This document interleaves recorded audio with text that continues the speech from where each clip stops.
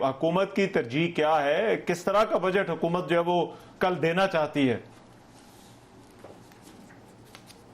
بسم اللہ الرحمن الرحیم.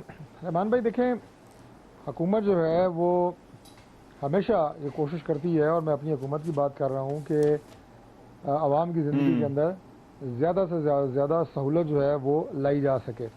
اس وقت تک بھی جو ہماری کوششیں رہی ہیں، باوجود اس کے کہ جو مسائل اور معیشت کے جو نشیب و فراز عمران خان صاحب کے دور حکومت میں رہے، جس کے ثمرات جو ہیں وہ آپ کو ابھی تک نظر آ رہے ہیں، بہت زیادہ سنبھالا دینے کے باوجود ابھی تک حالات جس حد تک ہم سنبھالنا چاہتے ہیں، ہم سمجھتے ہیں کہ ابھی تک نہیں سنبھلے.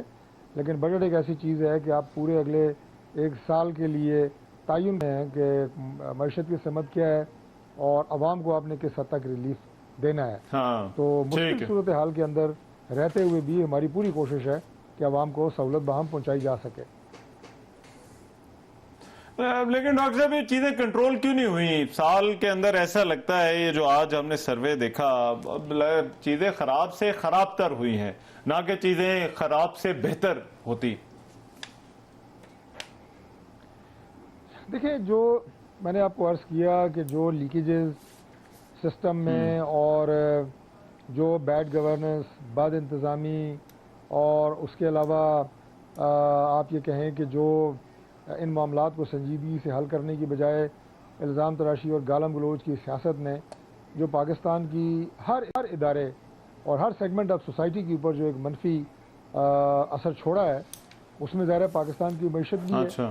اور پھر جس قدر آپ یہ کہیں کہ ڈبو سکتے تھے آپ ملک کو مہنگائی کے عذاب میں اور بیڈ گورننس، اور یہ ساری چیزیں ہم دیکھتے رہے ہیں.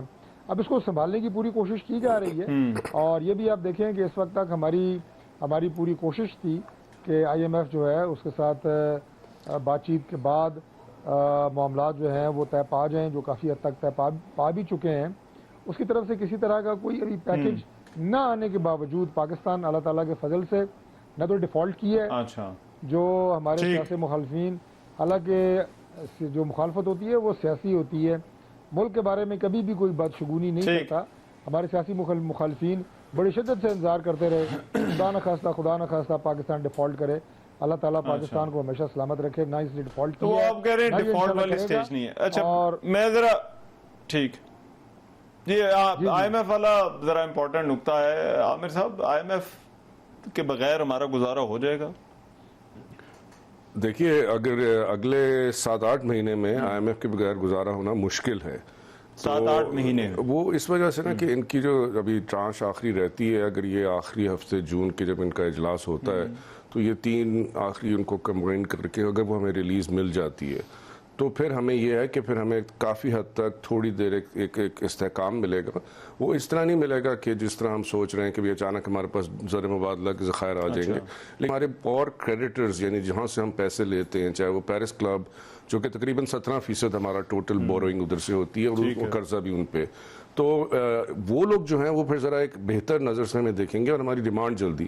اور سب سے اس میں امپورٹنٹ چیز یہ ہے کہ ہمارے اپنے بھائی ملک جو ہیں یا دوست ممالک جن کو کہہ لیں، یعنی آپ گلف سٹیٹس کو لے لیں، آپ ترکی کو لے لیں، ترکی کو لے لیں، چین کو لے لیں، وہ بھی اب جو ہے نا کافی سوچ سمجھ کے انتظار میں ہیں کہ یہ ایک قسم کا آپ دیکھو تو ایک بڑا عجیب سا چکر چلا ہوا ہے کہ وہ چکر یہ ہے کہ وہ انتظار میں کہ ہمیں ان سے اوکے ملے، وہ کہہ رہے ہیں کہ آپ ان سے پہلے 6 بلین یا 8 بلین لے کے آ جائیں. تو یہ اس مخمصے سے نکلنا بہت ضروری ہے. اس کے بغیر مطلب کوئی بھی آپ جو مرضی، یہ ایک آپ کہتے ہیں اسٹیٹ آف کنفیوژن ہے. کنفیوژن کے علاوہ ہے کہ مطلب اس میں مہارت کی بات ہی نہیں ہے.